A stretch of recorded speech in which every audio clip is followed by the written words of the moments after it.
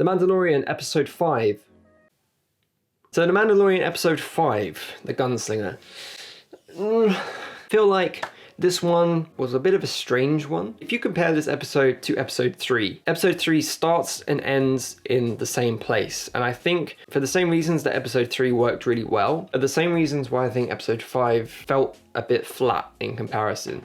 And by that I mean both episodes start and end in the same place. They both start with Mando landing on a planet and leaving. Actually how most of the episodes have started and ended. But in episode 3, Mando lands, and between the start and end when he leaves the planet, a massive sense of development and character arc happens. Between him landing and leaving, he goes through a lot of change. He makes decisions that impact how we as a viewer, as an audience, see him and understand him as a character. Other characters also have development within there. In episode 5, you could essentially, this episode felt like it didn't need to exist. I watched it and it ended and I was like, oh.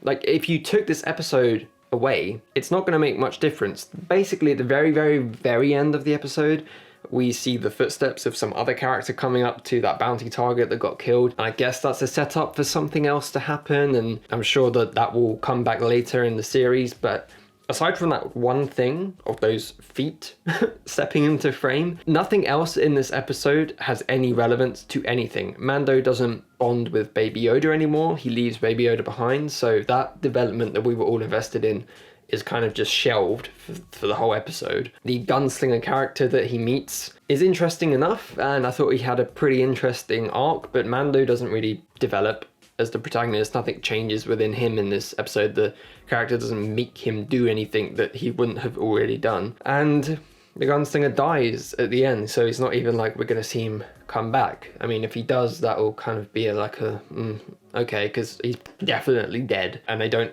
imply that he's not dead. So, yeah.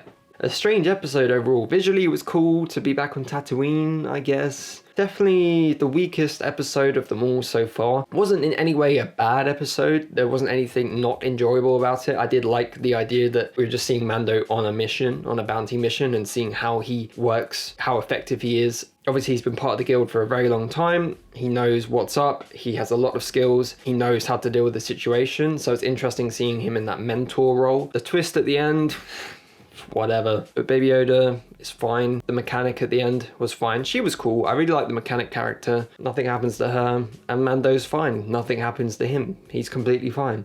Everyone's fine. Nothing happens in this episode to push or regress in any way. As I say, all that really happens is we see those footsteps at the end, and this character will probably come back into play later, but could you not have done that somewhere else? As an episode, it was fine, just didn't really do anything, especially after waiting an entire week to watch it. And I was like, well, yeah, well, where is it going to go? Where's it going to go next? And I've got to wait a whole another week to watch the next one. Yeah.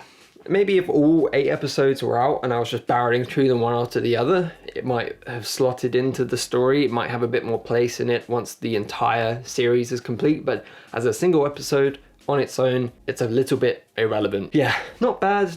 Nothing too terrible about it, but hopefully it does pick up again after this and we get back into the actual main story where everything's linked and we see what happens more with Baby Yoda, and we get a bit more of a sense of a villain. Still worth a watch, I would say, but maybe in the context of the grander scheme of the series, it'd be worth watching all in one go as opposed to just on its own. Nothing really happens. That's my review for episode 5 of The Mandalorian, The Gunslinger. Hoping for more from next week. That's it. If you like this video, please do consider subscribing. That really does help us out here, and give the video a like if you enjoyed it. What did you think of episode 5? Did you like it? Did you think it was a bit flat like I thought? If you thought so, whatever you think, just leave it in the comments below. I'd love to read what you guys think about the episode and the series as a whole so far.